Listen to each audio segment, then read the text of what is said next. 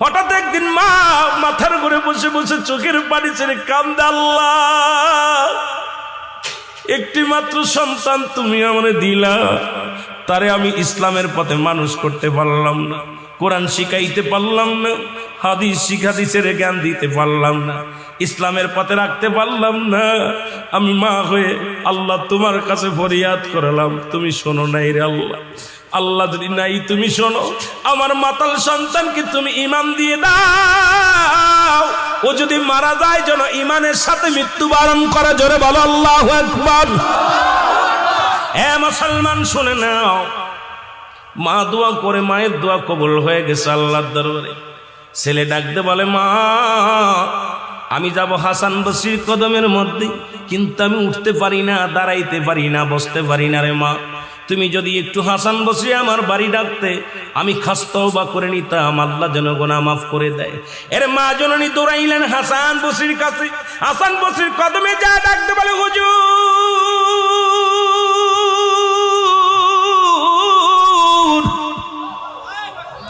আমার মাতাল ছেলে তওবা করতে চায়, কালেমা পড়তে চায়, আপনি যদি আমার সাথে একটু আমার বাসায় যাইতেন গো, তাহলে আমি অত্যন্ত খুশি হতাম আপনার উপরে। হাসান বসরি ডাক দে কয়, মা গো, তোমার ওই মাতাল ছেলেকে কালেমা পড়ানো তো দূরের কথা, তওবা তো দূরের কথা, ওই ছেলে যদি মারা যায় ওর জানাজা পর্যন্ত আমি পড়ব না, ওর কবর পর্যন্ত দিব না, মাটি দিব না, জানাজা পড়ব না, গোসল করাবো না। সুতরাং নাফরমান গুনাহগার ব্যক্তি যদি মারা যায়, আমি হাসান বসরি তার কদম সেখানে যেতে পারি না। মা জননী কাঁদতে কাঁদতে চলে আসলেন বাড়ি এসে দরজা খুলে সন্তানের মাথায় হাত বোলাইয়া দিলেন। ছেলে ডাকতে বলে, মা হাসান বসরি কি আসছে? কয় না। কয়, মা গো কেন আসলো না? কয়, তোর মতো মাতালকে সে কালেমা পড়াবে না, তোর মতো মাতালকে সে তওবা করাবে না। ছেলে চোখের পানি ছেলে ডাকতে বলেন, মা গো,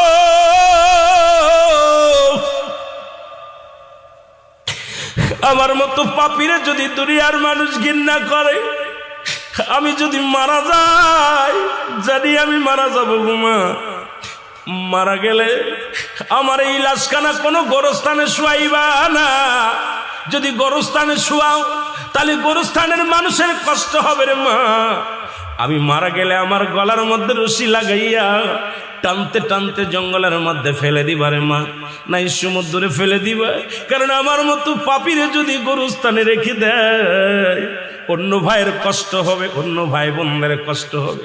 এই জন্য মা গো, আমার দেহ কানা তুমি দুনিয়ার মধ্যে কোথাও দাফন করবা না। মা একটা দাবি করে, যার দুনিয়ার মধ্যে ভুল করেছি রে মা, আমি ক্ষমা চাই। কাঁদতে কাঁদতে সন্তান দুনিয়া থেকে বিদায় হয়ে গেল। আল্লাহু আকবার বলুন। সন্তান মারা গেল, জনম দুঃখিনী মা চোখের পানি ছেড়ে কান্দে, মালিক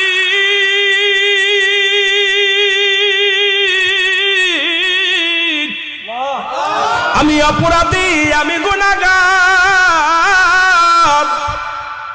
একটা মাত্র সন্তানকে আমি দিনের বুঝ দিতে পারি নাই, সন্তান মারা গেল, এই লাশ আমি কোথায় রাখবো, এই মরা দেহখানা আমি কোথায় ফেলে দিব রে আল্লাহ।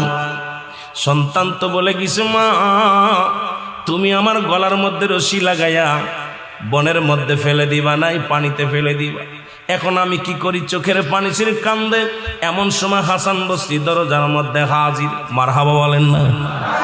হাসান বসরি যখন দরজার মধ্যে হাজির হয়ে গেছে, দরজা খুলে দেখে হাসান বসরি রাহমাতুল্লাহ উনি ঘরের মধ্যে হাজির হয়ে গেছে গো। ডাকতে বলে, হুজুর আপনি আমার ঘরে? কই, মা গো, তোমাকে বিদায় করে দিয়া আমি জোহরের নামাজ পড়ে যখন যাই নামাজের পর ডান হাত মোবারক মাথার তলে দিয়ে ঘুমাইছিলাম, ইলহামের মাধ্যমে শুনতে পারলাম, হাসান যে মা তার সন্তানের জন্য উকলাতি করে রে,